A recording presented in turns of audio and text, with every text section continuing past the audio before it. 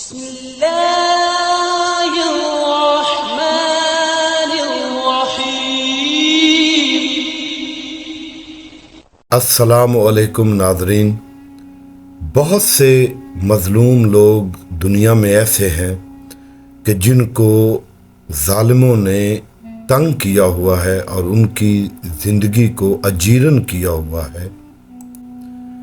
کئی لوگ محکموں میں ماتحت ہوتے ہیں یا مزدور ہوتے ہیں اور ان کے ٹھیکیدار جو ہوتے ہیں وہ ظالم ہوتے ہیں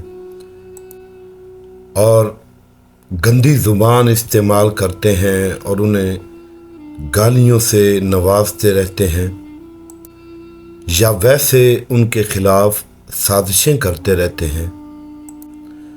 گویا ایسے لوگوں نے ان غریبوں کا جینا دوبھر کر دیا ہوتا ہے۔ یا کچھ گھروں میں عورتیں جو ہیں وہ اپنے شوہروں کی زبان درازی سے بہت تنگ ہوتی ہیں اور وہ ظالم بھی ہوتے ہیں، اور کسی کسی گھر میں اس کے الٹ بھی ہو رہا ہوتا ہے۔ اگر کوئی مظلوم ایسے لوگوں کے شر سے اور ان کی سازشوں سے اور ان کی زبان سے پریشان ہو، ٹینشن میں ہو، تو آج میں ان کے لیے ایک عمل لے کر حاضر ہوا ہوں۔ یہ عمل کیجئے اور ایسے ظالموں کی زبان بندی کیجئے، اور نہ صرف زبان بندی ہوگی، ان کا ذہن بھی آپ کی طرف سے ہٹ جائے گا اور اللہ تعالیٰ ان کو اپنی کسی مشکل میں ڈال دے گا۔ اور میں گارنٹی دیتا ہوں کہ یہ 100% صحیح اور کارآمد عمل ہے۔ عمل کچھ اس طرح ہے کہ سورہ بقرہ کی 138 نمبر آیت،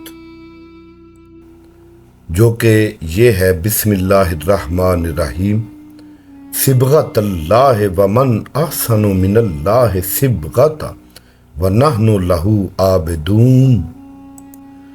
کوئی بھی لوہے کا کیل لے کر اس پر 41 مرتبہ اس آیت کا ورد کر کے دم کر دیں اور کسی بھی دیوار میں کہیں بھی ہو اس شخص کا، اس ظالم شخص کا تصور کر کے دیوار میں اس کیل کو ٹھونک دیں تو اس کی زبان انشاءاللہ بند ہو جائے گی اور آپ کے خلاف ظلم کرنے اور آپ کے خلاف بولنے سے باز آ جائے گا۔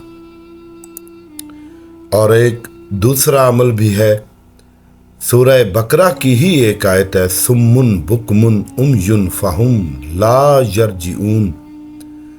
یہ بھی اسی طرح 41 مرتبہ لوہے کے کیل پر پڑھ کر دم کر کے اس کیل کو کسی دیوار میں ٹھونک دیں، اس شخص کا تصور کر کے جس سے آپ پریشان اور تنگ ہیں، تو اس شخص کی زبان بند ہو جائے گی اور اس کا ذہن کسی اور طرف یا کسی اپنی ہی مشکل میں پڑ جائے گا، تو آپ کو انشاءاللہ اس سے چھٹکارا حاصل ہو جائے گا۔ اس عمل کو کیجئے اور اپنے چینل کو سبسکرائب، لائک اور شیئر بھی ضرور کر دیجئے۔ والسلام، انیس رضا کمبر۔